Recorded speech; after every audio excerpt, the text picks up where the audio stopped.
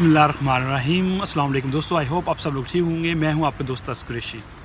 दोस्तों, मैं आज आपको बताऊंगा कि कैसे अगर आपके पास यूरोपियन EU कार्ड है, यूरोपियन किसी भी कंट्री की रेजिडेंसी है, उसको कैसे हॉलैंड में कन्वर्ट करके यहाँ पे रहा और काम किया जा सकता है और अपनी फैमिली को भी उससे बुला सकते हैं। और अपनी फैमिली को जो बुलाने का जो प्रोसेस है मैं किसी और वीडियो में बताऊंगा, लेकिन इस वीडियो को हम रखेंगे कि कैसे आप अगर आपके पास कोई इटालियन, स्पेनिश, पुर्तगाल या किसी और यूरोपियन कंट्री का रेजिडेंसी है तो कैसे यहाँ पे हॉलैंड में कन्वर्ट की जा सकती है।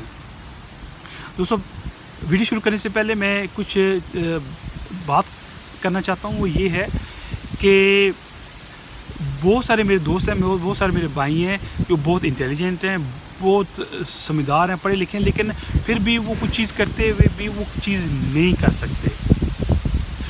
उसकी वजह क्या है कि उनको इंफॉर्मेशन चाहिए या उनको रियायत चाहिए या उनको गाइडेंस चाहिए, तो वो नहीं है। और इस वजह से वो फिर वो चीज़ें जो करना चाहते हैं वो नहीं कर पाते। जिस तरह ये हॉलैंड में आने का प्रोसेस जो है, यहाँ पे वीज़ा कन्वर्ट करने का, जो आपका रेजिडेंसी कन्वर्ट करने का जो प्रोसेस है वो नहीं कर पाते, क्योंकि उनके पास वो कहते हैं जी कोई जाने वाला वहाँ पे नहीं है हॉलैंड में। दोस्तों, हम कोई 1900 में नहीं रह रहे, हम 1980 में भी नहीं रह रहे, हम 2000 में भी नहीं रह रहे, हम 2019 में रह रहे हैं। हमारे पास अब 5G इंटरनेट आने वाला है, हर बंदे के पास स्मार्टफोन है। आप यहाँ पे बैठे दुनिया का किस दूसरा कोना जो है वहाँ के बारे में जानना चाहें तो आप नेट पे एक वर्ड लिखें और आपको खुद ही इंटरनेट, गूगल जो है वो आपको चीज़ें निकाल के सामने आपके पेश कर देगा। तो मुश्किल नहीं है, लेकिन मसला ये है कि हम कोशिश नहीं करते। सही जो बात है, अगर किसी बाइक कोई जाने वाला नहीं है हॉलैंड में तो उसके 2-3 तरीके हैं। सबसे पहला तरीका है कि फेसबुक में आप देखें पाकिस्तानी इन हॉलैंड, पाकिस्तानी एम्बेसी, पाकिस्तानी जो है जो मस्जिद है, अब पता चल जाएगा आपको। अब मस्जिद में अगर आ जाए सीधे यहाँ पे तो नमाज़ पढ़ने लोग आते हैं, किसी से भी आप पूछ सकते हैं भाई मुझे रियायत चाहिए, तो आपको बंदोबस्त हो जाएगा। कोई इतना मुश्किल नहीं है, थोड़ी मेहनत करनी पड़ती है, थोड़ी ख्वारी काटनी पड़ती है, और पंजाबी में कहते हैं खज्जल होना पड़ता है थोड़ा, तो हो जाता है सब, ऐसा कुछ नहीं है। अच्छा, सबसे पहले आपने क्या करना है, अगर आप दूसरी कंट्री से हॉलैंड में आके रहना चाहते हैं, अपनी रेजिडेंसी कन्वर्ट करना चाहते हैं, तो सबसे पहले आपको रिहाइश ढूंढनी है।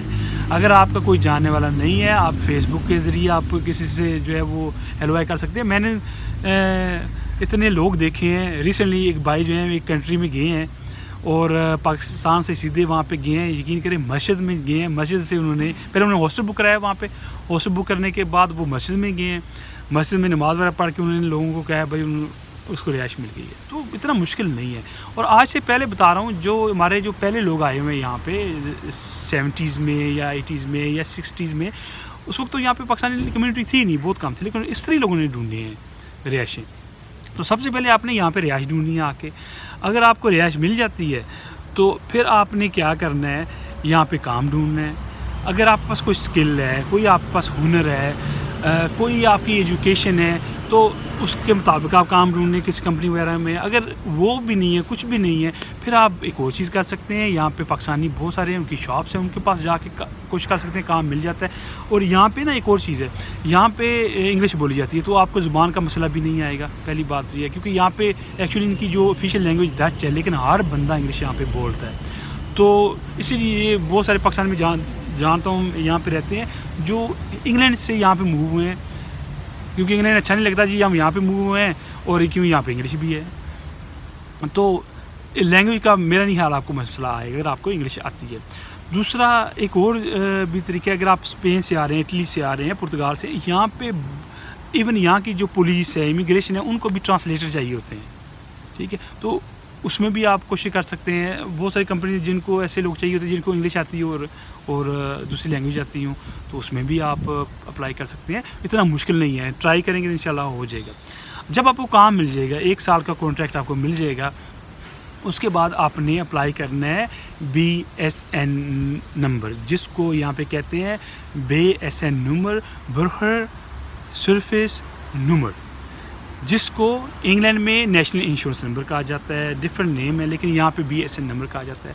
आपने वो अप्लाई करना। अच्छा, जो मैं पहले एक वीडियो बनाई थी जर्मनी के बारे में कि वहाँ पे शिफ्ट होने के बारे में, तो ये उसका प्रोसेस और था, इसका प्रोसेस थोड़ा आसान है, इजी है। क्योंकि यहाँ पे जब आपको काम मिल जाना है, आपको उन्होंने कॉन्ट्रैक्ट दे देना है 1 साल का, तो आपने नाम यहाँ पर लिखवाना है, यहाँ की जो खमेनते इसको कहते हैं, जिसको यूनियन काउंसिल इंग्लिश में कहा जाता है। जब आपका नाम लिखा जाएगा वहाँ पे, उसके बाद आपने BSN नंबर अप्लाई करना है। तो BSN नंबर जब आपने अप्लाई करना है तो वो कुछ 4 से 5 दिन में BSN नंबर आपका ऑटोमेटिक घर पे आ जाएगा। इवन आपको वहाँ पे जाने की ज़रूरत नहीं पड़ेगी। आपने ऑनलाइन जब आपका यहाँ पे आपने इनकी यूनियन काउंसिल में अपना नाम लिखवा देना है, तो ईज़िली ऑनलाइन आप अप्लाई कर सकते हैं, फ़ोन पर भी आप अप्लाई कर सकते हैं, घर पर आ जाएगा। ये वही BSN नंबर है जिसको इंग्लैंड में जाएँ तो जनाब आजकल 3-3, 4-4 महीने लग रहे हैं, जो इंश्योरेंस नंबर जिसे कहते हैं। वो तो किसी लोगों को उन्होंने जो है 2-3 दफ़ा बुलाया, 6-6 महीने लग गए हैं। हालांकि यहाँ पे इस तरह नहीं है। जो ये इस मामले बहुत एडवांस है हॉलैंड, कि आपको धक्के नहीं खाने पड़ेंगे। उनका एक टाइम है, एक लिमिट है, एक तरीक़ेकार है। उन्होंने लिखा हुआ है जी ये हमारा कानून है, आप करोगे आप हो जाएंगे। इंग्लैंड में रिसेंटली मेरे दोस्त गए हैं, अब उन्होंने अपना नाम लिखवाया वहाँ पर जाके, अब यकीन कोई 4 महीने हो गए अभी तक जवाब नहीं आया। फिर उन्होंने फ़ोन किया, वो कहते हैं जी कि आपको दोबारा अपॉइंटमेंट बनानी पड़ेगी। अब बंदा वेट कर रहा है 6 महीने से। तो इस तरह यहाँ पे ऐसा नहीं है, बड़ा एडवांस सिस्टम है यहाँ पे, इंग्लैंड से है बहुत एडवांस है।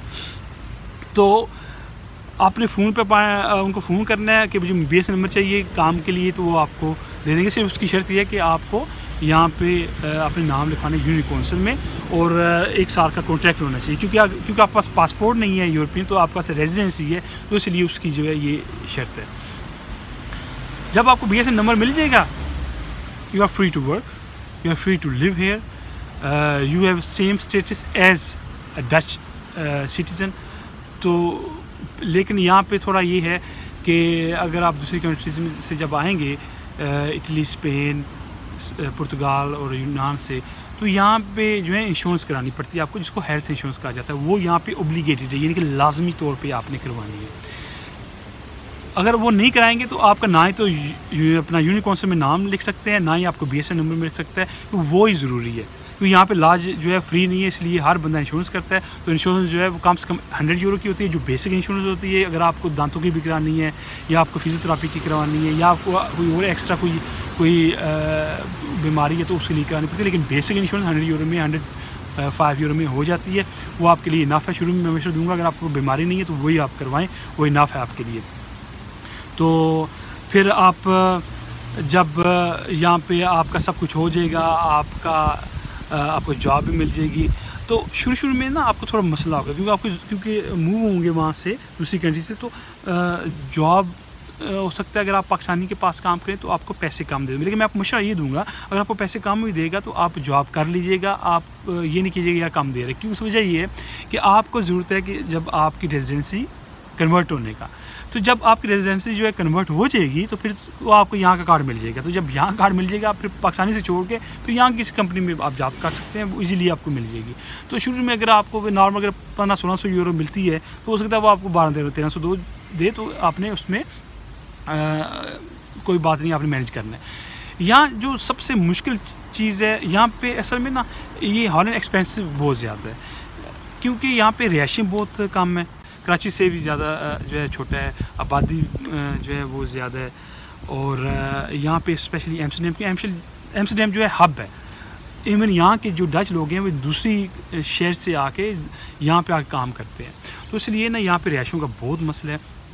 और मैं आपको मशवरा दूँगा कि एम्स्टरडम के जो दूर दराज इलाके हैं 10-15 किलोमीटर्स, वहाँ पे जाके आप रिहाइश ढूंढें। वहाँ पे कम से कम आपको, अगर आप रूम शेयर करेंगे तो आपको 250 यूरो में रूम शेयर हो जाएगा। अगर आप अपना रूम लेंगे तो 400-500 में कम से कम आपको रूम मिलेगा। ये मुश्किल है। फिर आपको 100 यूरो आपके इंश्योरेंस है, फिर खाना पीना 700-800 यूरो आपका अपना खर्चा हो जाता है। लेकिन दूसरी कंट्री में तनख्वाह इतनी है 800 यूरो। लेकिन अगर आप इस तरह कर लेंगे ना तो इसमें फ़ायदे बहुत हैं आपको। पहली बात तो ये है जी कि आपका कार्ड जो है कन्वर्ट हो जाएगा हॉलैंड में। दूसरी चीज़ ये है कि आपकी जो फैमिली है, या आप शादी करेंगे या आपके ऑलरेडी बच्चे हैं जो 18 साल से कम उम्र हैं, बहुत आसानी से आपकी वाइफ बच्चे यहाँ पे आ सकते हैं। ना ही तो उनको कोई एग्ज़ाम देना पड़ेगा, ना ही आपको कोई मखसूस इनकम शो करनी पड़ेगी, क्योंकि आप यूरोपियन कंट्री से यहाँ पे मूव हुए हैं। तो आप पे जो रूल लागू होता है वो होता है EEA वीज़ा, जो आजकल इंग्लैंड में बहुत सारे पाकिस्तानी अप्लाई कर रहे हैं। वो एक्चुअली यूरोप का कानून है। तो अब जब किसी दूसरी यूरोपियन कंट्री से मूव होंगे यहाँ हॉलैंड में, तो आप यहाँ से आराम से अपने बच्चों को यहाँ पे बुला सकते हैं, आराम से उनका वीज़ा लग जाएगा। इवन हॉलैंड के लोग जो हैं, जिसका मैं यहाँ का नेशनलिटी रखने वाला बंदा हूँ, और मुझे अगर अपनी फैमिली बुलानी पड़ेगी तो मुश्किल होगा। वो यहाँ पे एक मखसूस इनकम शो करनी पड़ती है, घर शो करना पड़ता है। लेकिन अगर आप यूरोपियन किसी कंट्री से यहाँ पे मूव होंगे तो आपको ऐसी चीज़ें शो करने की ज़रूरत नहीं पड़ेगी। इजीली आप एक नॉर्मल इनकम में जॉब कर रहे हैं, अगर आपके पास घर है जहाँ पे बच्चा आके रह सके, तो उनका वीज़ा आराम से लग जाएगा। ये भी बहुत बेनिफिट है। और दूसरा एडवांस है, जब आप कोई बंदा अगर यहाँ पे आया हुआ है, उसको पता है कि मैं क्या बात कर रहा हूँ। अगर आप नहीं कभी आपने हॉलैंड देखा, जब आप यहाँ पे आएंगे तो आपको आते ही पता चल जाएगा यार हॉलैंड कैसे है। लोग अच्छे हैं, लोग पोलाइट हैं, बहुत ही फ्रेंडली लोग हैं, आपको अच्छा लगेगा यहाँ पे।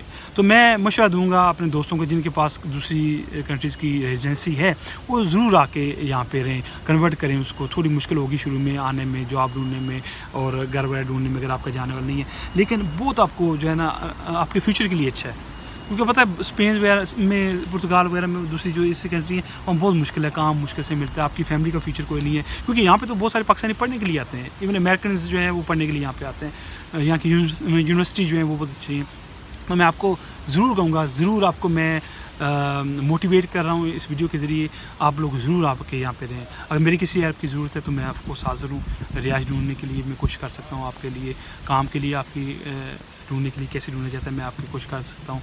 यहाँ पे काम ढूंढना भी बहुत आसान है, उस पर मैं ऑलरेडी एक वीडियो बना चुका हूँ। तो आप मेरी वो लिंक दे दूँगा नीचे, आप देख सकते हैं कि यहाँ पे रिहाइश भी कैसे ढूंढ सकते हैं, काम कैसे ढूंढ सकते हैं। यहाँ तो भाई लोग आपके लिए काम ढूंढते हैं, अगर आपके पास पेपर है तो वो ऐसा कोई इशू नहीं है।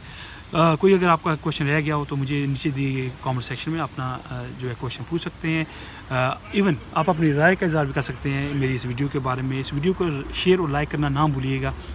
और जिन लोगों ने मेरा चैनल सब्सक्राइब नहीं किया तो उनसे गुजारिश है मेरा चैनल सब्सक्राइब ज़रूर कीजिएगा। इजाज़त, तस्कुर, अल्लाह हाफ़िज़।